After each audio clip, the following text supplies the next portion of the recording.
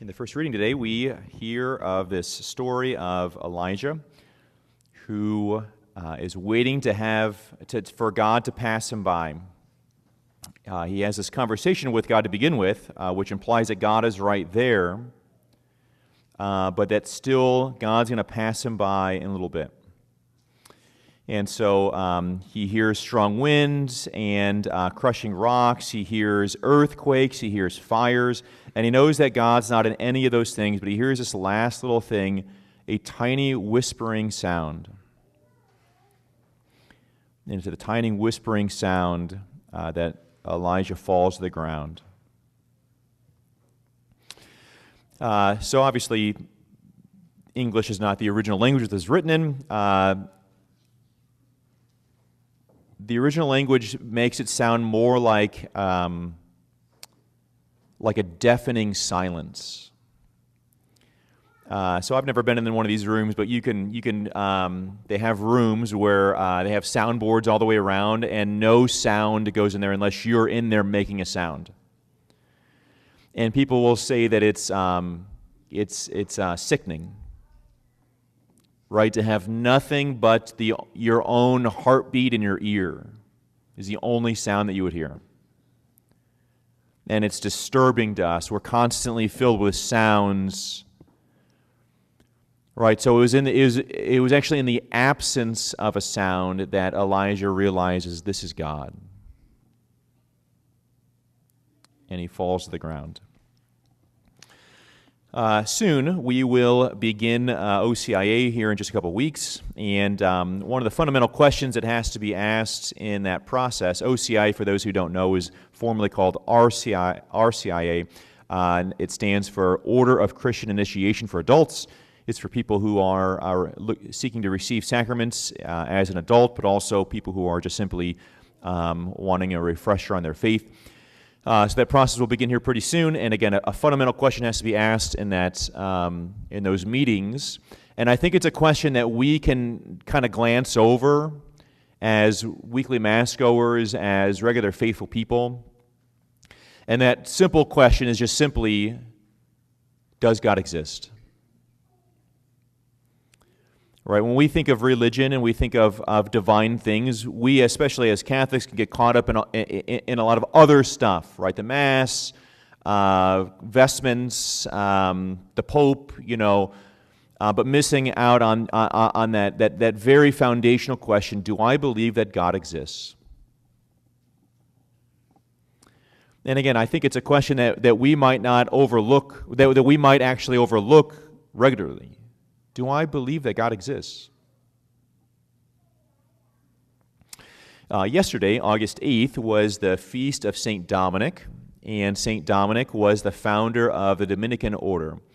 Unlike the Franciscan community, Francis is the most well-known of the Franciscans. St. Dominic isn't really the most well-known of all the Dominicans. St. Thomas Aquinas is more well-known than St. Dominic. St. Thomas Aquinas, who has written more and elaborated more on theology than any other saint in the whole Catholic Church. He has in one of his books, he has what he calls the 5 proofs for God's existence.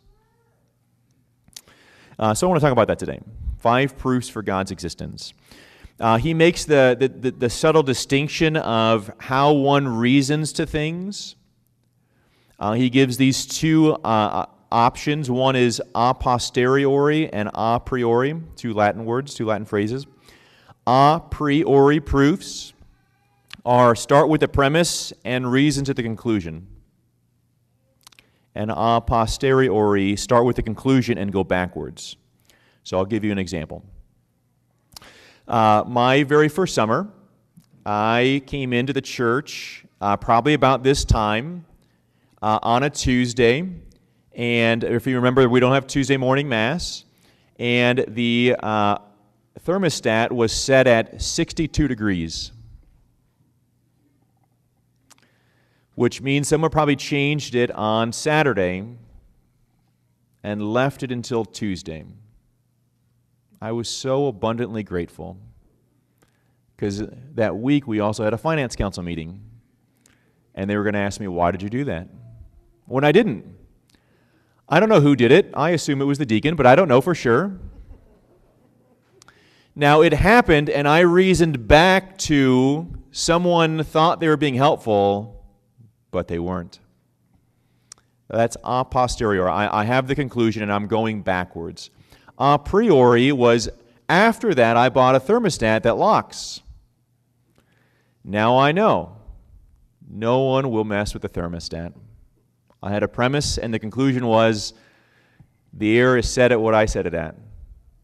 All right, so there's the two differences between a priori and a posteriori. St. Thomas Aquinas is going to argue from a posteriori. He's going to agree that we think that there probably is a God, and we're going to go backwards to see what are the reasons for that. So I really just want to talk about one of them, but I'm going to go through all five real briefly. The first one is an argument from motion. Nothing begins to move itself. Right? Your kids leave toys in the ground, and unless you pick them up and put them away, they're going to just sit there. An object not in motion will stay not in motion until it's put in motion. The next one is the argument from existence. Nothing comes into existence on its own, and because of that, nothing creates itself. Everything needs something to create it. So there has to be some uncreated thing that created everything. The next one is an argument from existence. Everything that is doesn't have to be. When we were building the rectory, we had this tree out here, and everyone said, that tree's been here forever. That's not true. Maybe a couple hundred years, but before that, it wasn't there. At some point, it probably will die. And it won't be there. So it's not absolutely necessary that it be there. So there has to be something that's outside of existence that brings everything into existence. Number 4, goodness. Sometimes they'll call it beauty. We naturally have a hierarchy of beauty or goodness. Pizza is good. A baby is better. I hope there's no argument on that. I just naturally know that. No one seems to disagree with that. Right? So I naturally know there's a hierarchy. There has to be some perfect good that I can go from that. Now, all those aside, I really want to just get to the fifth one. This is an argument from design. We live in an ordered universe. Why? Why is it that every time I drop something, it always falls to the ground? Why is it that fire always burns up? We live in an ordered universe. And so because we live in an ordered universe and nothing just happens in order on chance, there has to be some designer. Let's get a counter argument to this last one. Okay. This is where it gets really fun, at least for me. If I were to put a monkey in front of a typewriter and have them just randomly striking keys, what's the likelihood of the monkey typing a word? Let's just say the. It's fairly unlikely. So let's just break it down a little bit more. What's the odds of a monkey just randomly striking letters on a keyboard, typing the letter T? There are 80 keys on the keyboard. What is the likelihood? 1 in 80. So what is the likelihood of a monkey randomly typing keys, typing T followed by an H? 80 times 80, so 1 in 6,040 chances. I'm sorry, 6,400 chances. Because they can type A, TA, TB, TC, all the way over. So what are the odds of them typing T, an H, and an E? 1 in 80 to the third power. That's 512,000. The odds are becoming less and less likely. What happens if there's a space in front and behind the? That's 1 to the 80 to the fifth power, or 3,276,800,000. It's becoming increasingly less likely. What about the monkey typing the word the man? That's 1 in 80 to the ninth power, It's an unconceivable number. Let's go just a little bit further on this. What if I take 100,000 monkeys and place them in front of 100,000 keyboards, and for 100,000 years I let them just type away? What's the likelihood or the odds that they will type out Hamlet? Is it possible? I mean, in theory, a monkey could get all the way through. The odd part was if they get all the way through and they type the end and they put a comma, it didn't work. The likelihood of 100,000 monkeys typing for 100,000 years in front of 100,000 keyboards, of them typing Hamlet. It's possible, but no one would bet any money on it. No one would think that it's actually going to happen. Think to yourself how complicated the play Hamlet is. Which is more complicated, the Hamlet, the play, Shakespeare's play, or the human person? Which is more complicated, Shakespeare's Hamlet, or the environment? Is it more likely that random chance of 100,000 monkeys typing for 100,000 computers in front of for 100,000 years to type Hamlet than for just pure chance for life to begin? It's more likely for a monkey to be able to do that than for human life to begin. Now, when I was a kid, my dad, we had the Science Channel. I remember that channel. I don't know if it still exists or not. And my dad watched that channel all the time. He would actually sleep through the night with the TV on. And so on the very bottom of our TV, it just had burned into it the Science Channel. So no matter what we were watching, it always looked like we were watching the Science Channel.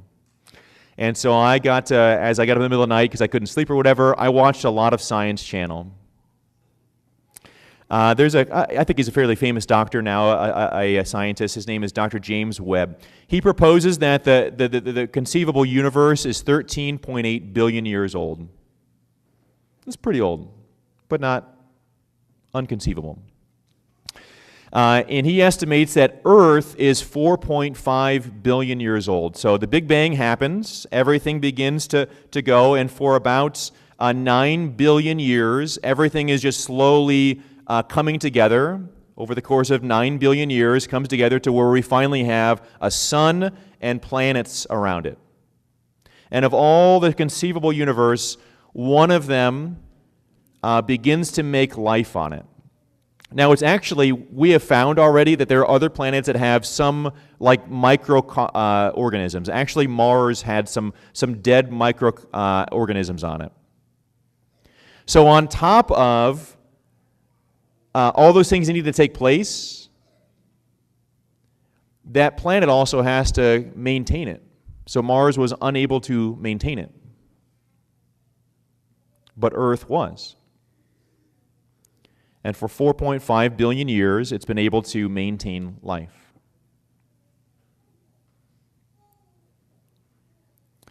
Right? Is there a God that would allow all those things to take place for the most complicated of organisms to come into existence by chance? I don't think so. I think it's unlikely, I think it's improbable, I think it's mathematically foolish to think that there isn't a God. And so in all of that, God comes to be a person. And he comes doing something divine. He comes walking on the water in the gospel. And what's he ask of Peter to do? To do something divine. To get out of the boat and walk on water. Is it more difficult to think that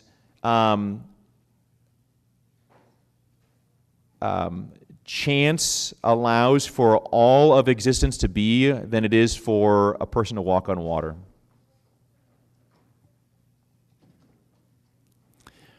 The God of gods, the Lord of lords, the God of all that is, chose to become a person and to reside in our tabernacle and to have a relationship with you. Peter begins to doubt that. He begins to have little faith, and God calls him on it.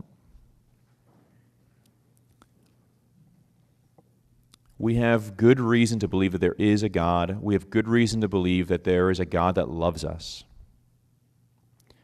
And all he's asking is for the same response here at the very end of the gospel, for us to call out in faith, truly, you are the Son of God.